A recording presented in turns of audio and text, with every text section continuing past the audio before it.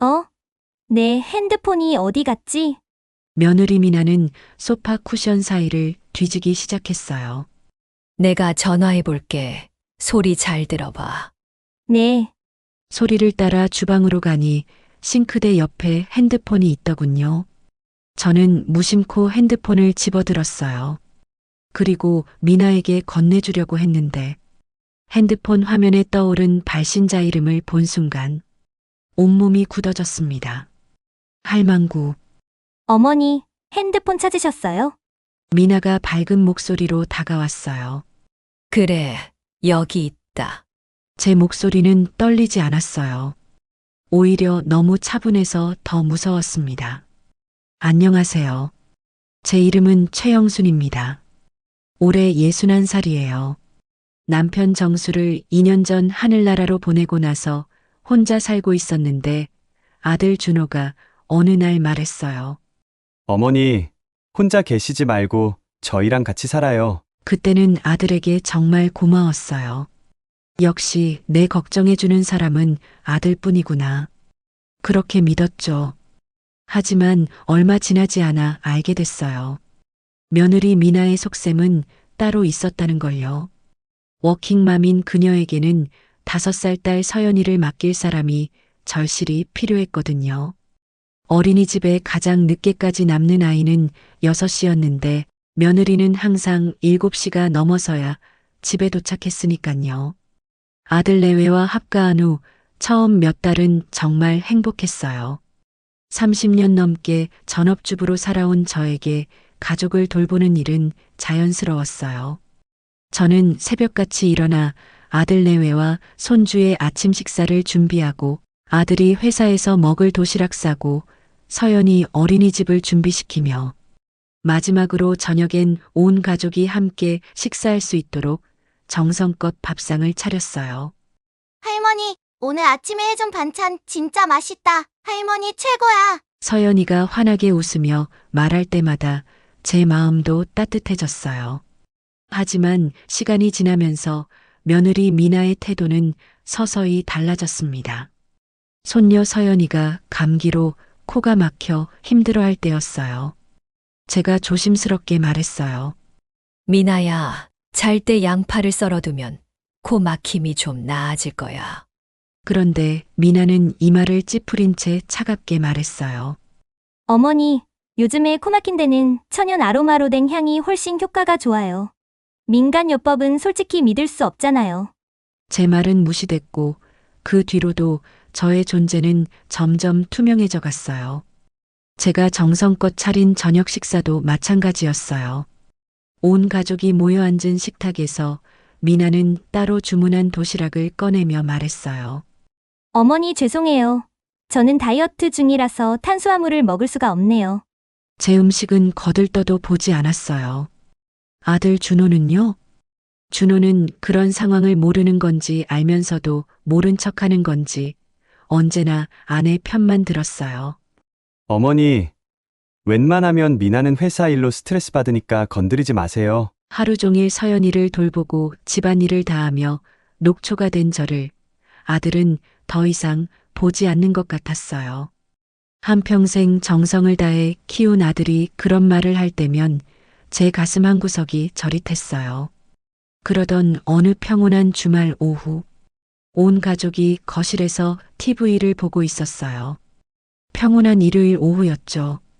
그런데 갑자기 며느리 미나가 소리쳤어요. 어?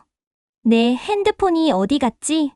미나는 당황한 표정으로 소파 쿠션 사이를 뒤지기 시작했어요. 워낙 물건을 자주 잊어버리는 미나라 놀랍지도 않았죠. 그 모습을 보며 제가 말했어요. 내가 전화해 볼게. 소리 잘 들어봐. 네, 미나의 번호로 전화를 걸었어요. 미나가 거실을 찾는 동안 저는 진동 소리가 들리는 주방으로 향했어요. 그 순간 어디선가 진동 소리가 들렸어요. 소리를 따라 주방으로 갔어요. 싱크대 옆에 핸드폰이 있더군요. 저는 무심코 핸드폰을 집어들었어요. 그리고 미나에게 건네주려고 했는데 그 순간이었어요. 핸드폰 화면에 떠오른 발신자 이름을 본 순간 온몸이 굳어졌습니다. 할망구. 그 화면에는 제 이름 최영순도 어머님도 없었어요. 며느리 미나의 핸드폰에 저는 할망구라고 저장되어 있었던 거예요. 순간 숨이 막혔어요. 가슴이 쿵쾅거리기 시작했어요. 2년 동안 이 집에서 아들 내외를 위해 쏟아부은 모든 정성이 한순간에 우스워졌어요. 새벽에 일어나 도시락 싸던 일, 서연이를 어린이집에 데려다 주던 일, 저녁마다 온 가족을 위해 정성껏 차렸던 밥상들. 모두가 한순간에 조롱당한 것 같았습니다. 어머니, 핸드폰 찾으셨어요? 미나가 밝은 목소리로 다가왔어요. 저는 그 목소리가 너무 멀게 들렸어요. 그래, 여기 있다. 제 목소리는 떨리지 않았어요. 오히려 너무 차분해서 더 무서웠습니다. 미나는 제 표정 변화도 눈치채지 못하고 웃으며 받아들었어요. 감사해요. 바로 그 순간이 제 인생에서 무언가가 완전히 꺼지는 소리가 났던 순간이었습니다. 그날 밤 잠이 오지 않았어요. 불 꺼진 천장을 멍하니 바라보며 계속 생각했어요. 내가 이 집에서 도대체 뭐였을까? 2년 동안 나는 누구였을까? 무료 베이비시터였을까? 가정부였을까요? 아니면 그냥 폐기물이었을까요?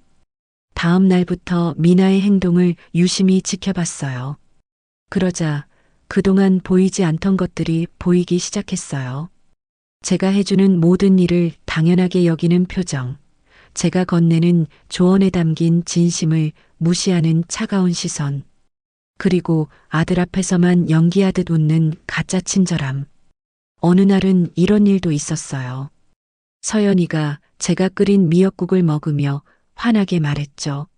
할머니가 만든 미역국이 더 맛있어요. 그 순간 미나의 얼굴이 딱딱하게 굳었습니다. 그리고 서연이를 조용히 다른 곳으로 데려가며 말했어요. 할머니 음식은 너무 짜니까 엄마가 만든 거 먹자. 제가 정성껏 끓인 미역국은 그대로 식탁에 남겨진 채로 식어갔어요. 그 장면은 제 가슴 속에 비수처럼 꽂혔습니다. 그때였어요. 제 안에서 무언가가 툭 하고 끊어졌습니다. 준호에게 이야기해 볼까도 생각했어요. 하지만 그동안 보아온 아들의 모습을 생각하니 소용없을 것 같았어요. 아들은 이미 선택했으니까요. 어머니보다는 아내를. 늘 그래왔고 앞으로도 변하지 않을 거예요. 그날 밤도 저는 천장을 멍하니 바라보며 생각했어요.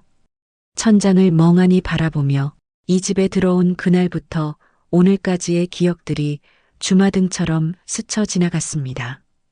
도시락을 싸고 서연이와 웃고 저녁을 차리며 가족이라고 믿었던 모든 순간들. 하지만 지금 제 손엔 고마움도 따뜻함도 아닌 할망구라는 이름이 쥐어져 있었어요. 거울 앞에 섰습니다. 그 안에는 61살의 최영순이 아닌 누군가에게 비하된 존재가 서 있었어요. 나는 도대체 뭐였을까? 가슴이 먹먹했습니다. 서운함과 분노, 슬픔과 허무함이 한데 뒤섞여 말로 표현할 수 없는 감정이 목끝까지 차올랐어요. 할망구. 다음 날 아침이 되어도 제 머릿속엔 그 세 글자가 머릿속에서 하얗게 번져 있었습니다. 심장은 쿵쾅대고 손끝은 사시나무처럼 떨렸어요. 2년 동안 제가 쏟아부은 모든 정성이 그 이름 하나로 무너져 내렸습니다. 눈을 감으면 화면 속 제 사진과 그 지독한 이름이 떠올랐고 귀에는 미나의 감사해요. 라는 말이 메아리처럼 울려 퍼졌습니다. 하지만 그날 아침도 평소처럼 새벽 5시에 일어났어요. 몸은 익숙한 리듬대로 움직였지만 모든 것이 달라 보였습니다. 부엌에서 준호의 도시락을 싸는데 손이 자꾸 멈춰졌어요. 이 도시락을 받는 아들은 저를 뭐라고 생각하고 있을까요? 어머니, 고마워요. 준호가 도시락을 받으며 말했어요. 예전에는 따뜻하게 들렸던 그 말이 허공에 맴도는 빈 소리처럼 느껴졌습니다. 며느리 미나는 출근 전 서연이를 어린이집에 데려다 주기 전에 말했어요. 어머니, 오늘도 서연이 좀 잘 부탁드려요. 그래.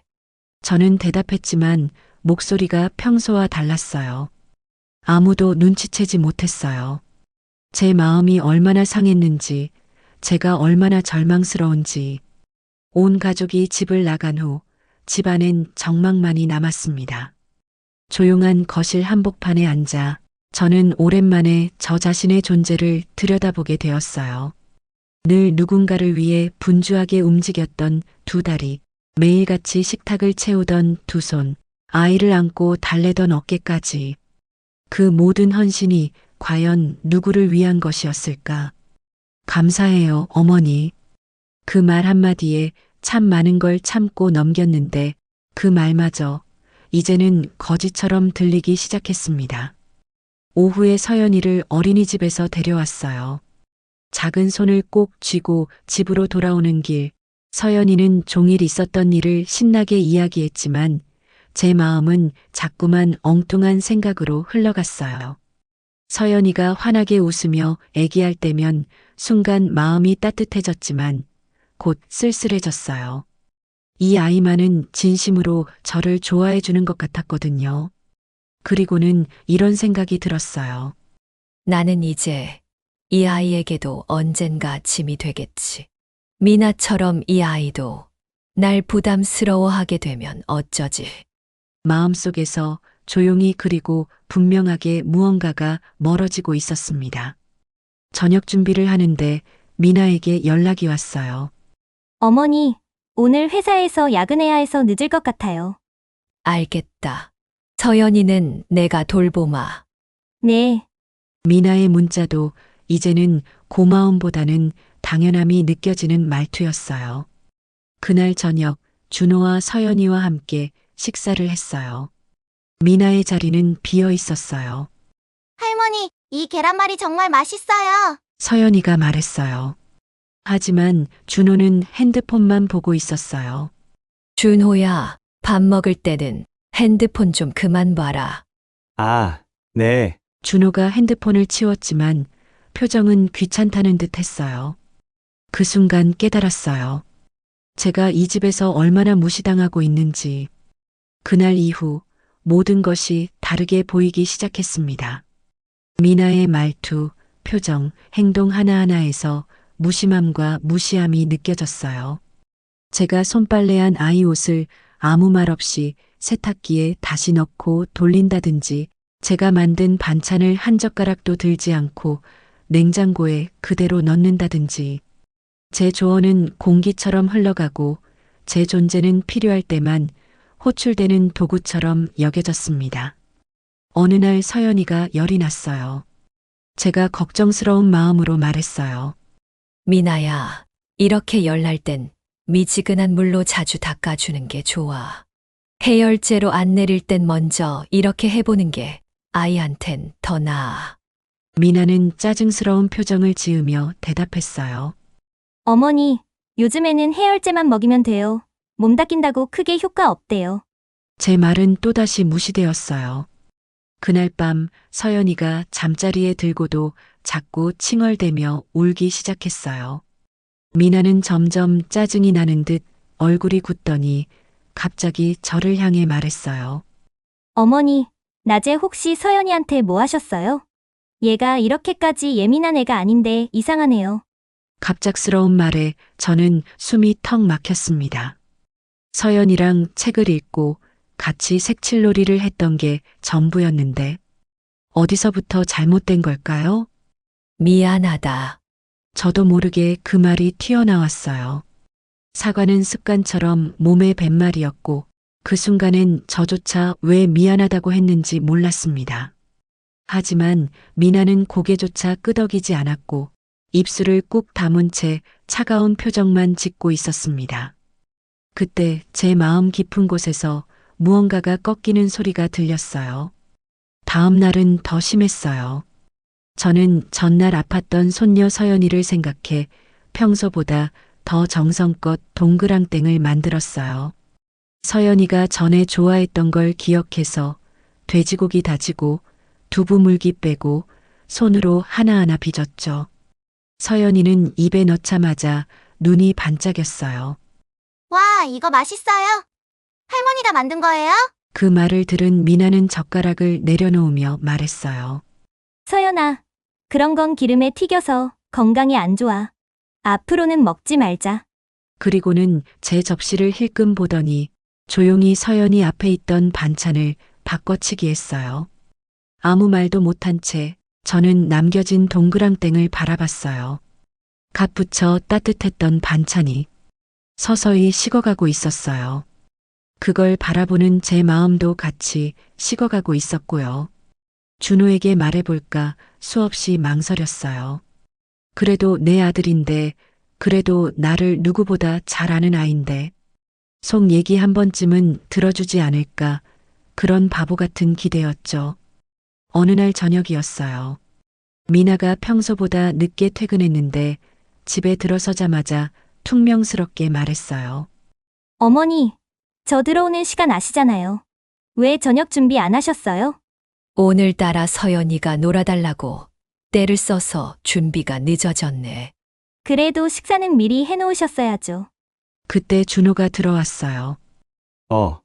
무슨 일이야? 미나가 상황을 설명하자 준호는 제 쪽을 바라보며 조심스럽게 말했어요. 하지만 준호는 오히려 미나의 편을 들었어요. 어머니, 미나가 회사 일로 스트레스 받으니까 저러나 봐요. 이해해 주세요. 요즘 미나도 회사 일로 많이 지쳐 있잖아요. 저녁 준비 정도는 좀 챙겨주시면 안 될까요? 그 말에 저는 멍하니 아들의 얼굴을 바라봤어요. 결국 미나의 입장을 이해해달라는 말이 아니라 당연히 어머니가 저녁까지 해야 한다는 말이구나.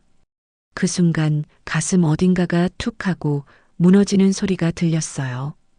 이 집에서 저는 당연하게도 해주는 사람일 뿐이었어요.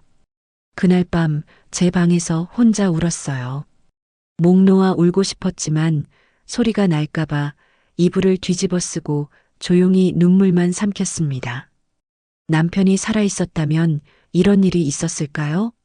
지금 이 모습 보고 뭐라고 했을까요? 다음 날부터 모든 게 다르게 보였어요. 미나가 어머니 고마워요라고 말할 때마다 그 미소 뒤에 감춰진 형식적인 말투가 들렸고 준호가 어머니라고 부를 때마다 의무감만 느껴졌어요.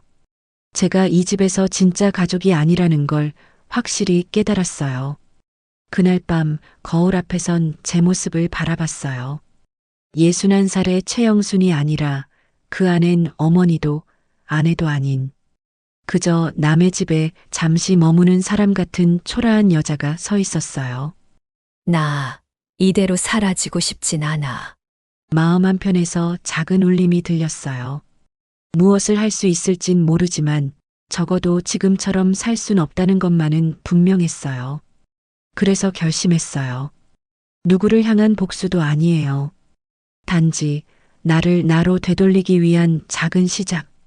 이젠 제 인생을, 제 이름을 다시 찾을 시간이에요. 다음 날 준호와 미나가 출근하고 서연이가 어린이집에 간 후 저는 집을 나섰어요. 첫 번째 목적지는 부동산이었어요. 오랜만에 바깥 공기를 마셨습니다. 정말 오랜만이었어요. 2년 동안 집안에서만 지내며 서연이 밥 먹이고 며느리 눈치 보고 하루하루를 견디듯 살아왔던 제 자신. 그 모든 시간이 한순간에 스쳐 지나갔습니다. 내 세상이 이렇게 작아졌었구나. 부동산 문을 열고 들어갔어요. 어서 오세요. 젊은 남자 직원이 인사했어요. 아파트를 팔고 싶어요. 네. 아, 네. 어디 아파트인가요? 제가 주소를 말하자 직원의 눈이 커졌어요. 어머님, 정말 파시려는 거예요? 그 동네 지금 시세 엄청 올랐는데요. 네, 빨리 처리해 주세요. 혹시 특별한 이유가 있으신가요? 좀 더 기다리면 더 오를 수도 있을 것 같아서요. 저는 단호하게 말했어요. 상관없어요. 가장 빨리 사겠다는 사람에게 팔아주세요. 직원은 당황스러운 표정을 지었어요. 하지만 제 의지가 확고하다는 걸 알고는 서류를 준비하기 시작했어요. 등기부등본을 확인하며 직원이 말했어요. 아, 소유자가 영수님이시군요. 그럼 바로 진행하겠습니다. 그래요. 소유자는 저였어요. 남편 정수와 제가 평생 모아서 산 이 집. 아들 부부는 당연히 자신들 것이 될 거라고 믿고 있었지만 부동산을 나온 후 두 번째 목적지로 향했어요. 은행이었어요. 유난히 덥던 날 은행 문을 열자 차가운 에어컨 바람이 얼굴을 스치며 저를 맞이했어요. 그 순간 제 마음까지 같이 식어내리는 기분이 들었죠. VIP 창구로 갔어요. 여직원이 정중하게 인사했어요. 무엇을 도와드릴까요? 적금이랑 계좌 모두 정리하고 싶어요. 네, 얼마나 이체하시겠어요? 저는 메모지에 적어둔 금액을 보여줬어요. 직원의 표정이 놀란 듯 변했어요. 이렇게 큰 금액을 한 번에 옮기시는 특별한 이유가 있으신가요? 없어요. 그냥 이제 다른 곳에 두고 싶어서요. 직원은 더 이상 묻지 않았어요. 남편 정수의 퇴직금과 보험금, 제가 모아둔 적금까지 모두 새로운 계좌로 이체했어요. 금액이 생각보다 많았어요. 30년 넘게 아껴가며 모은 돈들이었거든요. 계좌 한 줄 한 줄을 정리하면서 마치 내 지난 시간을 천천히 접어내는 느낌이 들었어요. 집으로 돌아가는 길에 새로운 집을 알아봤어요. 경기도 외곽의 한적한 단독주택 단지였어요. 이 집은 어떠세요? 정원도 있고 동네도 정말 조용해요. 근처에 복지관이 하나 있어서 어르신들 활동도 많고요. 부동산 직원이 설명해 줬어요. 저는 조용히 고개를 끄덕였어요. 앞마당엔 작지만 잘 정돈된 텃밭이 있었고 햇살이 포근히 쏟아지는 작은 거실도 마음에 들었어요. 그래 아침엔 이 창가에 앉아 커피 한 잔. 점심엔 흙냄새 맡으며 텃밭을 돌보자. 이 집으로 하겠어요. 정말요? 한 번 더 생각해 보시지 않으시겠어요? 아니에요. 바로 계약하겠어요. 그날 저녁 평소와 같이 온 가족이 모여 저녁을 먹었어요. 그들은 아무것도 몰랐어요. 여전히 저를 당연한 존재로 여기며 일상을 보내고 있었어요. 미나는 친구와 전화하며 웃고 있었어요. 응, 우리 시어머니가 애 봐주셔서 진짜 편해. 너도 시어머니랑 같이 살아봐. 오히려 시어머니가 내 눈치 본다니까. 요즘엔 옛날이랑 달라. 조용히 말하는 것 같지만 제게도 충분히 들렸죠. 제 손에 들린 젓가락이 부들부들 떨렸어요. 소리가 나지 않게 꾹 참았지만 준호는 미나의 목소리가 들리는 그 순간에도 휴대폰 화면을 보며 피식 웃었어요. 그 순간 저는 확신했어요. 아들까지도 이 상황을 당연하게 여기고 있다는 걸. 내가 이 집에 있어주는 게 이들에게 얼마나 편한 일인지, 그리고 얼마나 하찮게 여겨지는지를. 서연이만 제게 다가와 말했어요. 할머니, 오늘 뭔가 다른 것 같아요. 괜찮아요? 응, 괜찮아. 서연이는 걱정하지 마. 아이는 순수했어요. 어른들의 이런 복잡한 마음을 모르는 게 다행이었어요. 일주일이 지났어요. 매입 희망자가 나타났고 계약이 성사되었어요. 동시에 경기도 외곽의 작은 집 계약도 끝났어요. 그들은 여전히 아무것도 몰랐어요. 미나는 새로운 핸드백을 샀는지 신이 났어요. 자기, 이 가방 예쁘지? 하나 남은 거 겨우 샀어. 주말이면 미나와 준호는 친구들과 만나 골프를 치러 갔어요. 어머니, 저녁쯤 늦게 들어올게요. 서연이 좀 부탁드려요. 알겠다. 이제 정말 마지막이 다가왔어요. 저는 평소보다 더 정성스럽게 저녁을 차렸어요. 준호가 좋아하는 갈비찜, 미나가 가끔 먹는 나물 반찬들까지. 이들과 함께하는 마지막 식사니까요. 갈비찜을 끓이면서 눈물이 났어요. 하지만 슬픔보다는 후련함이 더 컸어요. 더 이상 할망구로 불리지 않을 거예요. 더 이상 무시당하지 않을 거예요. 온 가족이 식사를 마치고 과일을 먹을 때였어요. 드디어 진실을 말할 시간이 왔어요. 제 마음이 두근거렸어요. 하지만 무서웠던 마음보다는 시원한 마음이 더 컸어요. 미나야, 네, 제 목소리가 떨리지 않았어요. 오히려 너무 차분했어요. 너는 나를 뭐라고 부르니? 어머니라고 부르죠. 미나의 목소리가 살짝 떨렸어요. 뭔가 눈치챈 것 같았어요. 그런데 내 핸드폰에는 내가 할망구로 저장되어 있더구나. 순간 시간이 멈춘 듯 했어요. 식탁은 정적에 휩싸였고 시계 초침 소리만 또각또각 울려 퍼졌어요. 미나의 얼굴이 순식간에 새하얘졌어요.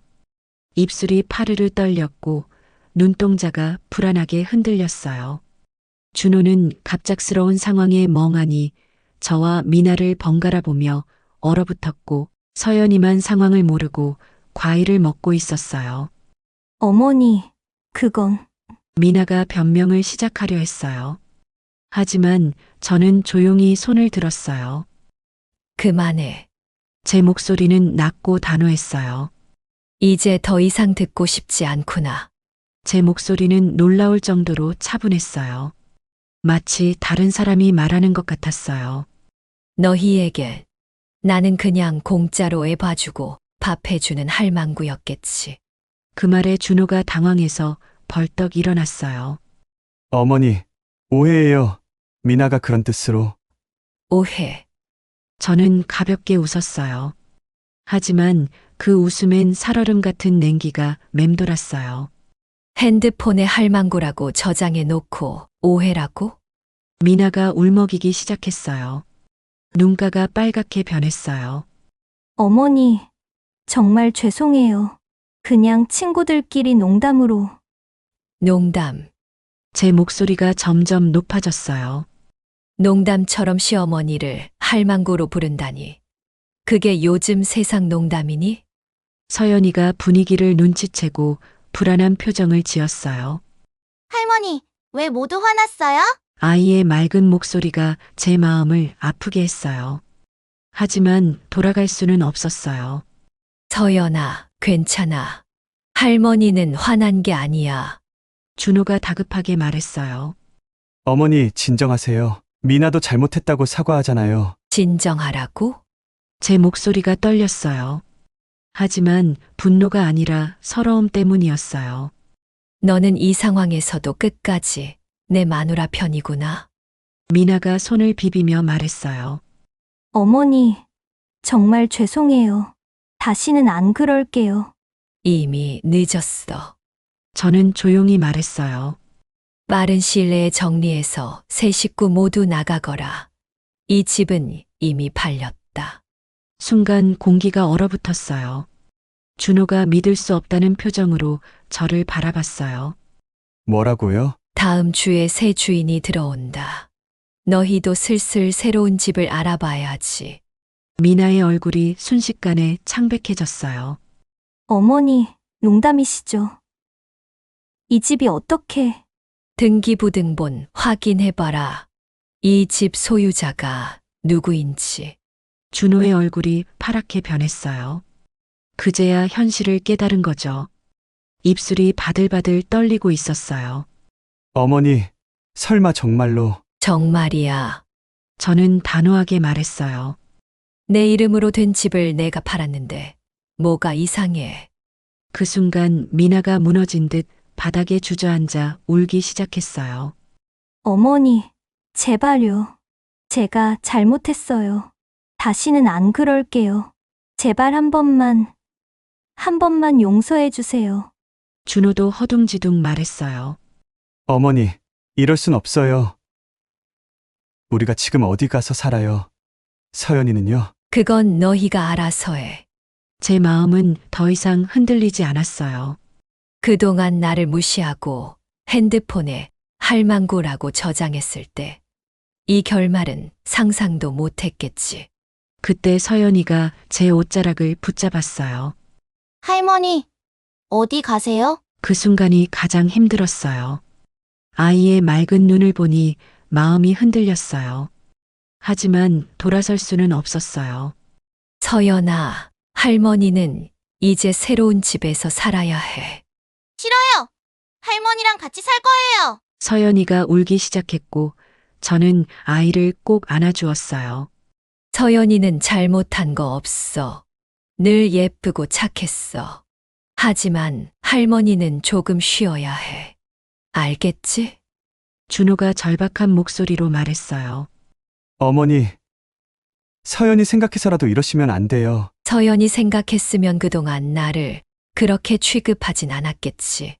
저는 쓴웃음을 지었어요. 미나가 무릎을 꿇으며 말했어요. 어머니, 제가 정말 잘못했어요. 앞으로는 정말 잘할게요. 정말 잘하겠다고? 제 목소리가 차가워졌어요. 이제 와서 잘하겠다고. 이미 늦었어. 준호가 손을 비비며 애원했어요. 어머니, 제발 한 번만 기회를 주세요. 우리가 정말 반성하고 있어요. 난 너희에게 여러 번 기회를 줬다. 저는 미리 싸둔 가방을 들고 일어났어요. 어머니, 정말 가시는 거예요? 준호의 목소리가 떨렸어요. 그래. 더 이상 너희와 함께 살고 싶지 않아. 나도 내 인생 살고 싶다. 서연이가 저를 붙잡으며 울었어요. 할머니, 가지 마세요.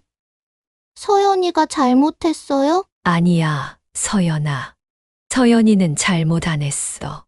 저는 아이를 꼭 안아줬어요.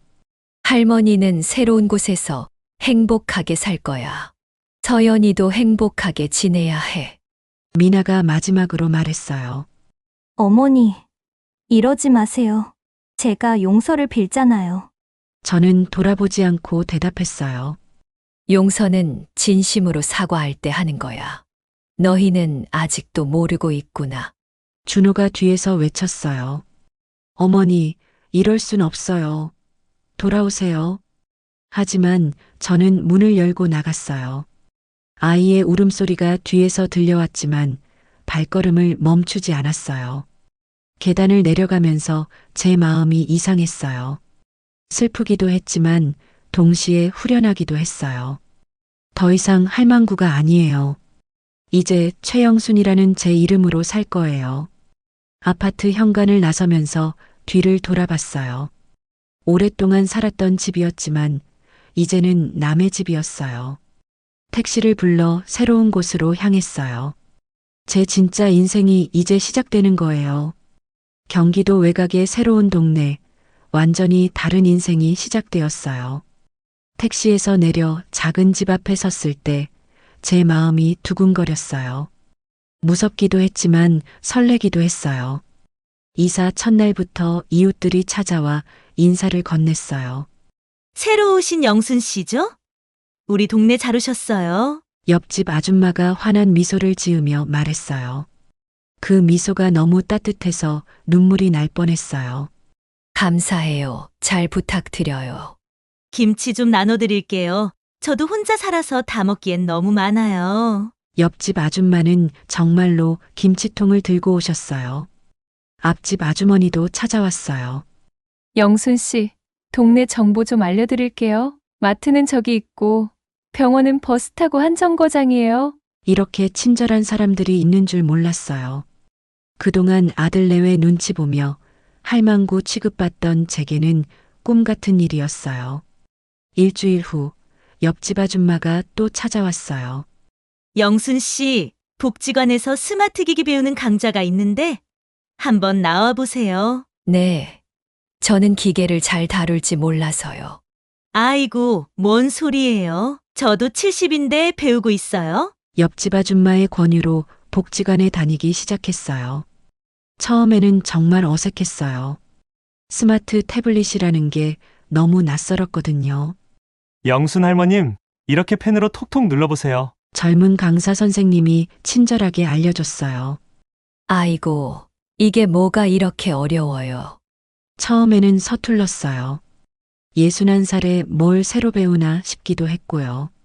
하지만 점점 재미있어졌어요. 태블릿으로 그림을 그리는 법을 배웠어요. 처음에는 선 하나 긋는 것도 힘들었는데 조금씩 익숙해졌어요. 와, 영순 씨. 이 그림 정말 대단한데요? 함께 수업 듣는 앞집 아줌마가 제 그림을 보고 놀라며 말했어요. 제가 그린 건 단순한 꽃 그림이었는데 사람들이 좋아해 줬어요. 아니에요.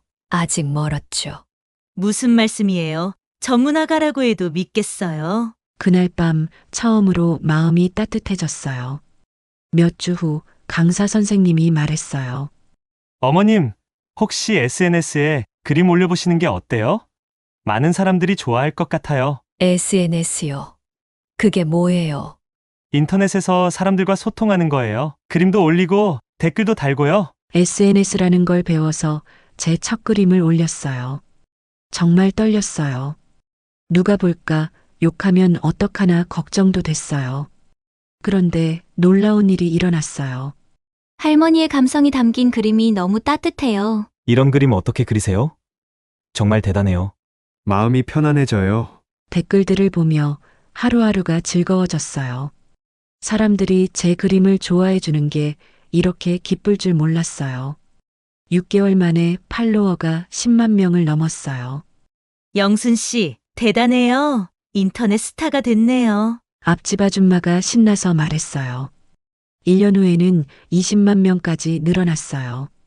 동네 분들도 제 SNS를 보고 응원해 주셨어요.